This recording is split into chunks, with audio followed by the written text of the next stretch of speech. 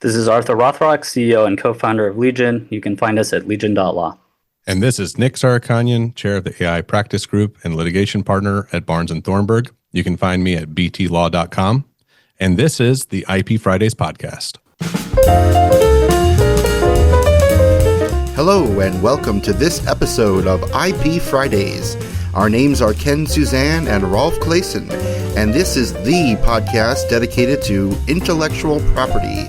It does not matter where you are from, in-house or private practice, novice or expert. We will help you stay up to date with current topics in the fields of trademarks, patents, design and copyright, discover useful tools, and much more.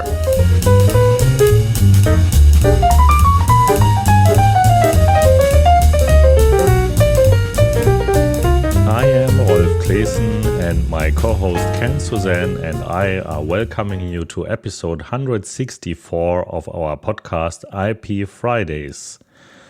Today's interview guests are Arthur Rothrock and Nicholas Sarokhanian. My co-host Ken Suzan talks with them about AI tools for IP lawyers. Before we jump into the interview, I have news for you. The USPTO is discontinuing accelerated examination program for utility applications. The USPTO is currently facing staff-related challenges, including a hiring freeze, which seems to just have ended, return to office mandates, and potential attrition due to these policies. The issues seem to impact employee morale, potentially increasing the backlog of unexamined patents and creating uncertainty about the future of the agency. The USPTO has experienced a significant leadership vacuum following abrupt emails earlier this February, encouraging early retirement of all federal employees, and an unusual level of direct outside communication and control of employees from DOGE. The first office action pendency for patents increased from 19.9 months in 2024 to 23.4 months in May 2025. On June 19th, the European Court of Justice opened oral proceedings in the Oktoberfest trademark dispute. Munich is defending its EU trademark against the EUIPO, and the coming judgment could redefine the protectability of geographic event titles. On June 18th, the EPO's enlarged Board of Appeal confirmed in its decision G1 of 24 that claims are the starting point of examination, yet description and drawings must always be consulted for the interpretation of the claims, bringing EPO practice closer to the Unified Patent Court jurisprudence. Meanwhile, representatives of all 39 European Patent Convention member states met the European Patent Office in Reykjavik to discuss IP-backed financing tools aimed at giving research-intensive small and medium-sized enterprises better access to capital. Since June 11th, the European Patent Office has also been offering its Deep Tech Finder as an iOS and Android app. The application links patent data with the financial metrics of European startups and facilitates cooperation between mid-sized companies, inventors, and the universities. Now, let's jump into the interview with Arthur Rothrock and Nicholas Sarokhanian. Our guests today on the IP Fridays podcast are Arthur Rothrock and Nicholas Sarokhanian, and our topic is AI tools for lawyers. Arthur is the co-founder and CEO of Legion, an AI-powered litigation support platform which enables users to draft pleadings, discovery, motions, and other legal documents. Arthur is also the host of the Legal Entrepreneur podcast. He holds a BA from Indiana University of Pennsylvania and a JD from Santa Clara University School of Law. Nick is the chair of the Artificial Intelligence practice at Barnes & Thornburg LLP and is based in Minneapolis, Minnesota. Nick is dedicated to remaining at the forefront of emerging legal issues related to generative AI, large language models, or LLMs, and the evolving digital landscape. Nick is also the host of the podcast Minds and Machines. A thought leader in this space, Nick frequently writes and presents on AI-related issues and guides his clients through the labyrinth of opportunities and challenges inherent in today's transformative technological ecosystem. Nick holds a BA from Virginia Tech and a JD from Baylor University School of Law. Welcome, Arthur and Nick, to the IP Fridays podcast. Thank you for having us. I'm really excited to be here and to do this with Nick.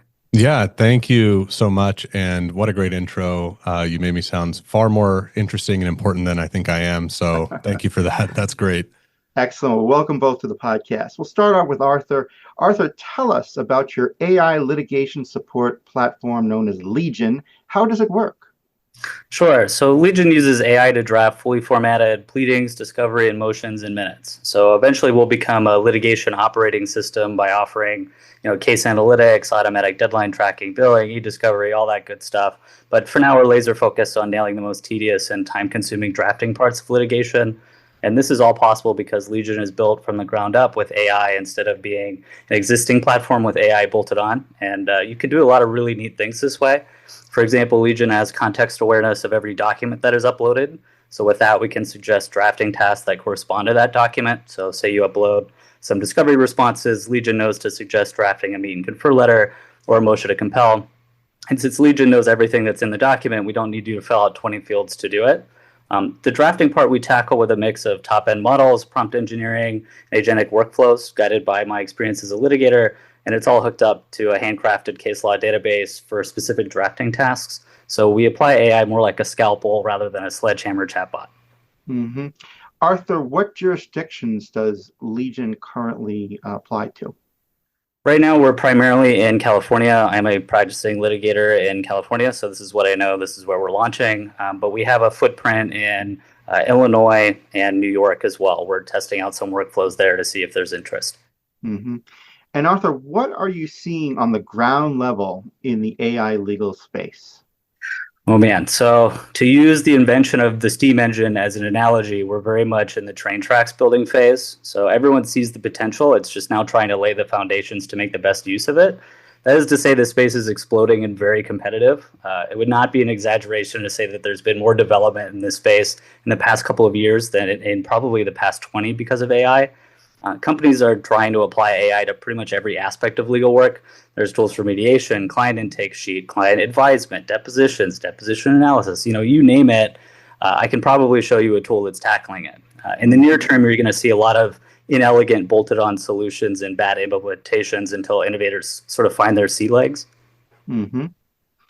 Now, Nick, from the perspective of a lawyer at a law firm, how is AI changing the AI legal space? Yeah, I think that's a great question. It's changing pretty much everything. And what I mean by that is it's changing how we need to think about lawyering in general. It's changing how we need to think about how we interact and serve our clients. It's changing how our clients themselves are doing business. So, I think the prospect, if you want to look at it with a more narrow lens, the prospect for lawyers and law firms and how we do our jobs, is that tools like what Arthur's describing and maybe some of his competitors that are either here or will be in the future, because this space is changing, a lot. I think the promise is, at a minimum, to take kind of the suckiness, if you would, out of practicing law to the best you can. And what I mean by that is there's so many things that are maybe not routinized, but are mundane, or things that really you don't need a law degree to do. And I don't mean that in some sort of like high and mighty ivory tower way. But what I mean is, lawyers aren't cheap in general. Of course, we always have obligations to give back to the community, and a lot of us do, myself included, a lot of pro bono work. But in general, clients are expecting a high level of skill and primarily judgment from these attorneys that they're paying a lot of money for every hour, and so long as that's the business model, and it's been the business model, my entire career, and I think the prospect of the billable hour going away is something that kind of has always been happening my entire career, and it's still here and thriving, even though, we are always excited to explore different ways of pricing things. Yeah, the point is that if a client is paying, over $1,000 an hour or more, some of these firms, some of the senior partners are charging almost $3,000 an hour. You don't want to be charging that for things that somebody else could do that doesn't have all their years of experience or judgment. And so the idea of using generative AI tools, especially those that are geared towards lawyers, is, okay, let's take off your mental plate some of the things that always kind of come up. They're always pain points. They're always the things that slow you down from delivering your highest and best, most valuable advice or thoughts, or work product or output, however you want to look at it, for your clients. And so I think that's extremely exciting for attorneys. And it should be for clients too, because, the idea, the thesis is that you're going to have, less need for the hours at the most highest price point for those attorneys. And you're going to get the best of their abilities in the shorter increments.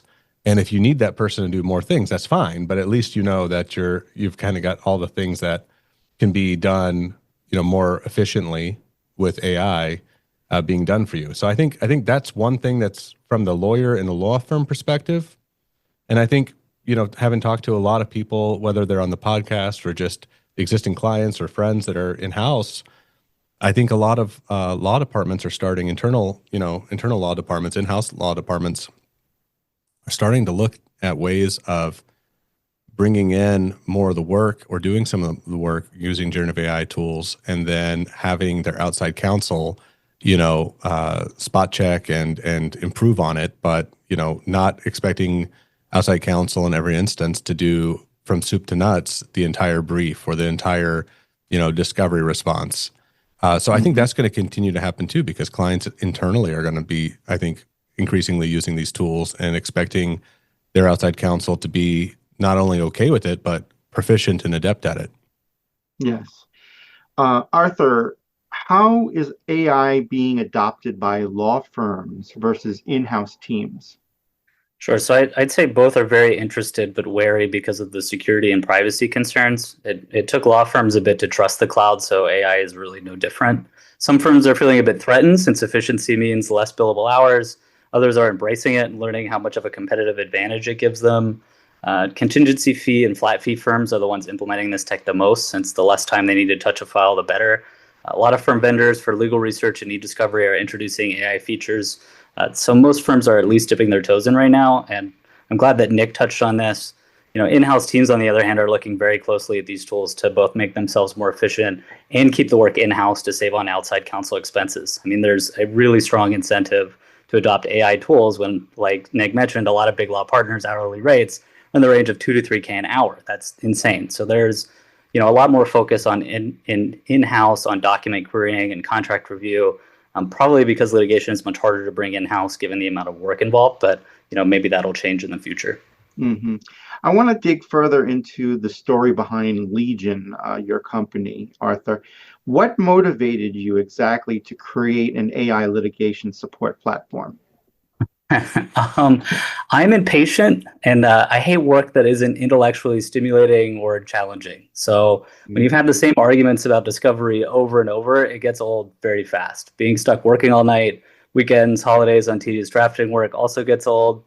So I started using AI from the second ChatGPT came out, and I saw the potential. I could do a 30-hour motion in a few hours, and with the right tool, I know I could do it in a few minutes. But over a year went by, and I didn't see anyone building this tool. So when the opportunity came along to build it, I went all in. Did you have a background in building AI software? Absolutely not. I would describe myself as a big tech nerd. I mean, I love VR. I was into crypto mining. Any sort of new innovation or tech that comes along, I like to play with it. Break it apart, toy with it. So there was a lot of learning involved. So I didn't really have a professional background interest in it. I just had a general, I think, interest in tech background. Very interesting. Now, are there any problems that you observed in legal practice that AI could solve? And can you give me a little bit of a flavor of those? Yeah, so there are many. But if I could pick one, it would be making our justice system more accessible by reducing just how much litigation is, so people can actually get some justice without going bankrupt. I mean, a relatively minor lawsuit can ruin you. I've had clients borrow against their homes to afford it.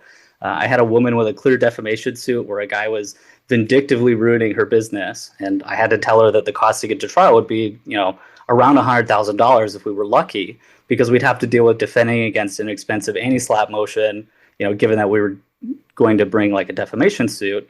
And even if we prevailed on that, they still might appeal to grind her down since the guy was independently wealthy. And, she asked me, so what am I supposed to do then? Like, I can't do anything to stop him, can I? And that conversation really stuck with me. Our system is so incredibly unfair because of this asymmetry in wealth. And the dirty little secret is that parties' relative economic position, plays a big part in litigation strategy. If your client has a large war chest, you're going to go to the mat on every little issue to grind down the other side until you can force a settlement. And that's not justice. So my hope is, with Legion and these other AI tools, we can sort of help people like that woman get some justice. If it only takes, some minutes to draft a complaint, prepare and respond to discovery, meet and confer, handle the most common motions, the most expensive aspects of litigation, then you're much more likely to get to a trial on the merits without bankrupting your client. So to me, the biggest problem in legal practice that I think we can solve with AI is probably access to justice. Mm-hmm. Nick, is AI a fad, or is this something that is here to stay? Yeah, it's definitely not a fad. I think, maybe kind of in the fall of 2022 when the viral moment happened, when these generative AI LLMs kind of took the world's focus and everyone was kind of captivated by its capabilities, maybe then some thought it was a fad, and maybe in 2023. But really by kind of the close of 2023, with the just incredibly rapid pace of evolution of these tools, I think it's long been too late to say this is a fad. I think this is absolutely something that's here to stay, and it's really exciting stuff because, I've heard other people say, other thought leaders in the space say, and I think they're totally right, that the AI we have today is the worst AI we'll ever have, right? I mean, it's going to continue to improve, and it's just incredible. To Arthur's point, I think what it can do, not just in the legal practice, but kind of across the board, is one of the promises is this kind of democratization of the tools, or of the kind of comparative advantages that organizations or parties might have. And that is exciting. At the same time, I think it's going to, continue to place premiums on those that are the best at what they do. So I think that those that are truly elite at what they do will be in demand probably more than ever, especially if we start to have a lot of things that are primarily AI generated or augmented. There's still going to be, I think, a demand for the people who are at the top of their game, and kind of give you that extra 5-10% over, the abilities of whatever everyone else is doing. But that said, on net, it's going to make everything better in terms of quality and access. And so I think on net, that's all very good. So I think for the folks that, potentially are worried about this as, I'm going to be replaced, or, this is going to, radically change my profession. I mean, it's still early days, and, I don't have a crystal ball, but based on everything that I've, been reading and studying and experiencing, I don't see it being this sort of cataclysmic event like that. I think if anything, it's going to improve the way we do business, and I think it's going to help us have more output, better output, and faster velocity. And I think all of those things are good. Yes. Let's focus on the practical benefits and limitations of AI in legal work. Arthur, how is AI improving efficiency in litigation preparation? I would say AI is speeding up pretty much every aspect of it. I mean, drafting can be done in a tenth of the time it normally takes. You don't need to comb through hundreds of pages of deposition transcripts to find inconsistent statements. Finding that one case that you vaguely remember that you used 10 years ago is much easier to find by just giving that vague recollection to AI. And all of these things add up to a huge efficiency gain in litigation work. Nick, what are your thoughts about Arthur's position? Would you use an AI litigation support platform? Oh, I already am. Okay. No, I totally already am. I mean, this is something that, I've been a pretty early adopter on a lot of these technologies. And I've been using these generative AI LLMs since the fall of 2022 and haven't looked back. I mean, I literally use it every day for almost everything. I mean, I'm being somewhat, using some hyperbole here, but Mm-hmm. I use it in my personal life every day. And then consistent with our, ethical obligations and consistent with our firm policies about generative AI, I follow those, of course, but where appropriate and where permitted, I will, and of course with the client consent and everything else, I will use it, in our cases, and it's really, really helpful. I mean, is it magical? No. Is it foolproof? No. Are humans? No. But is it really helpful? Yeah, it is. It gets you in the right ballpark pretty darn quickly, and it does a lot of things. Like, I'll give you more concrete examples, because the problem I've had with AI in general is it's too abstract. It's just too big to understand. It's an elephant that's going to take many, many, many bites. And so what I try to do is try to make it a little more concrete, because when you're in the abstraction level, it's just hard to talk about. So, concrete examples. One thing that I tend to do in large cases, and primarily my practice is, my commercial litigation practice, are large companies fighting over money or contract rights or fraud or trade secrets or, something else. They're fighting over something in contest, money or rights or whatever. Okay. And, they're the ones that can afford this, and they're the ones but even those that can afford this stuff, nobody wants to pay more than they need to, of course. And they're always getting pressure to, be better and wiser with the money they spend on outside counsel, of course. All right. But in a lot of these large cases, you'll have sometimes several rounds of requests for production, right? Which are written requests for documents that the other side says they need for the case, and you send yours too, whatever. But a lot of these times they're very dense. There's a lot of them in number. You're talking maybe 80, 90, and 100 requests per round with different deadlines. And, sometimes you're in cases where it's not just one party against another party. It's, a whole group of parties. And so sometimes they have different counsel, and you've got to play nicely in the sandbox, right? You got to work with your co-counsel and have joint defense groups or positions. And so tracking all of that, just one example of that I gave you, used to be a really cumbersome and difficult thing to do. You had to have a lot of attention to detail. You had to constantly update things, like in Excel. Typically, people would just use Excel. And you would have to copy and paste the text of the request from the PDF into the, cell, format it properly, wrap the text properly. Okay, what is our position? Did we object? Okay, on what grounds have we objected? Boom, boom, boom, boom. Put those in. Okay. Have we met and conferred? Yeah, we have. On what date? On this date. Okay, what was the result of that? Well, we agreed to disagree on this. We kind of moved on that. They moved on this. Tracking that stuff is important, really important, but also extremely cumbersome and mundane. And just to use an example, one of these legal-focused Gen AI tools, I threw a sample of, it was a PDF of lengthy, well-written objections from a AmLaw 10 law firm, very white shoe, very good lawyers, to the request for production that I had drafted, and, they were good requests, and said, build me that tracker. And it did it in about a minute, and it was really good. Incredible. So, that saved a lot of associate or paralegal time to put that together. And then, is that your starting place? Yeah, probably. Is it, one size fits all? No. Are you done with it? No. But did you get a huge head start on something that's actually useful? Yeah. Yeah, you absolutely did. Mm-hmm. Now, there are limitations. And Arthur, how do AI tools still struggle and require human oversight? Well, I would say, I mean, I hope at this point everyone knows the big one. They struggle with hallucinations. We continue to see attorneys get sanctioned for it, and we will continue to see this as more attorneys start using AI, but aren't really educated on how to use it, or are too busy to, actually double check the cases that they're putting in their briefs. Obviously, AI struggles with long context, so that means large, complex tasks are problematic unless they're broken up into smaller ones. So even with Gemini and its million token context window, it's not 100% accurate. Neither are humans oftentimes, but this is the standard that we have for these tools before we'll trust them.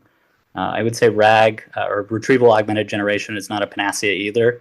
It's not a very efficient way to have a database of information, and it's, effectiveness can vary greatly between the systems, what models you're using for it, and can often really depend greatly on the user prompting it correctly, and, assuming the user can do a good job on that, which is, 50-50. It's really hard to be sure an AI system has caught everything without manually reviewing and checking. So find all instances of X is a very tough thing to achieve with certainty. And I would say AI agents are still on the horizon, but we're getting much closer with Claude 4. I think they just announced that last week, and that's been great. They have a tendency to go overboard, and they'll still need significant oversight on larger projects. But human judgment is really hard to completely replace for now, simply because it's easier for us to see the bigger picture, how everything relates. So I think there's still going to need to be a human in the loop for quite a long time. And I mean, you're not going to see. There's a lot of tools where you just ask the AI to put together like an entire legal memo for you. And, I don't really see tools like that being accepted because, a lot of the times the attorney needs to read that stuff to get educated on the issues themselves. Like they need to dive into the cases. They need to have a good understanding of it. And, why would you trust an AI tool to just spit out this stuff for you and then you have to go double check everything? Why not just do it yourself? So there's still, just some practical limitations on what these systems are going to be used for. Mm-hmm. Nick, your thoughts on the hallucination issue? What's it all about? What's it all about? Well, I mean, it's just something that is persistent based on the way these, transformer models work. Okay, so the way that these LLMs are primarily working is it's done. It's interesting because there's a lot of foundational, as you know, technologies to where we are with generative AI, right? And part of that is the deep learning, the machine learning, and it's going to learn the statistical relationships between chunks of words or what they call tokens to one another, right? So that's super oversimplified. But by the way, if anybody wants to have a really nice primer that's recent on the way this stuff works, I would check out the U.S. Copyright Office's latest guidance they put out maybe a couple of weeks ago. And, the first part of that report has a really nice, pretty easy to understand and access primer on this technology. So I'm going to butcher it by oversimplifying, but, I'd say check that out or many other resources out there, but that's a pretty good one. That's pretty recent. But anyways, it's kind of inherent because it's going to be making probabilistic, predictions on what the next token likely should be. And so there's going to be a potential for hallucination. Now, these models continually are improved. Like Arthur said, there was a new one that just was released, I don't know, not even a week ago, maybe not even a week ago. And, they're continuing to improve that. They're continuing to try to solve for the hallucination issue. But where we stand right now, almost June of 2025, is it's still an open issue. It's maybe not as bad as it used to be. Now, what I tell people, and I was telling a group of young lawyers this not too long ago, a few weeks ago maybe, and I told them, I said, listen, when the pandemic happened, we already had things like Skype and Zoom and Teams and things like that, but we weren't using it and relying on it as much as we did when the pandemic hit, right?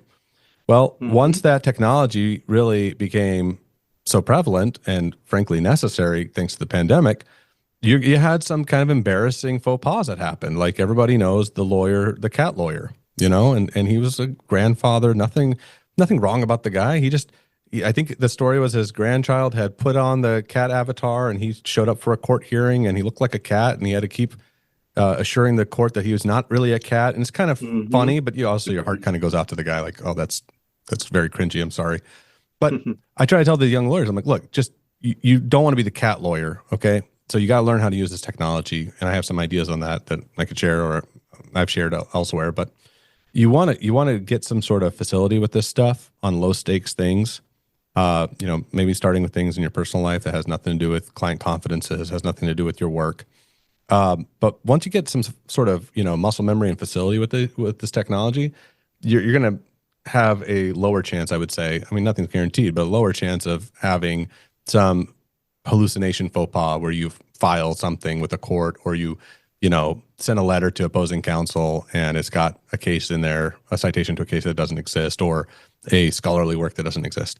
I mean, It happens to the best of us. I mean, it happened to one of the top law firms representing one of these major US-based AI labs in litigation about their own AI tool, which was being, sued for alleged copyright infringement. And they themselves that are, swimming in this stuff, they themselves had a boo-boo with a hallucination to a scholarly work that didn't exist. And, it can happen, is my point. I also think that's, the fact that can happen is not a reason not to try this stuff. And frankly, when I present on ethics on this to lawyers, one of the model rules and one of the rules that, applies in almost all these jurisdictions is you need to have facility and competency with technologies as they are evolving. So, yes, you can't stick your head in the sand and remain ethical, and you can't go, shooting from the hip and remain ethical. You got to, like everything else in life, putting it on the fairway is usually the best thing, right? Going right down the middle. So definitely, it's an issue, but also, I think you got to right size that issue and say, okay, what's the actual risk here? And I mean, I was being flip a little bit with the young lawyers, but I was like, look, don't be an idiot. Like that's the number one rule is don't be an idiot. Try to exercise what's reasonable care, do your best, and double check that stuff, and also try to minimize, putting the ball in your own net, right? Yes. And that if it's citations that you're worried about, check the citations. It doesn't really take that long. Yes. So we're almost out of time, Arthur. The last question: can you comment on real-world time and cost savings that you have observed in connection with your AI platform?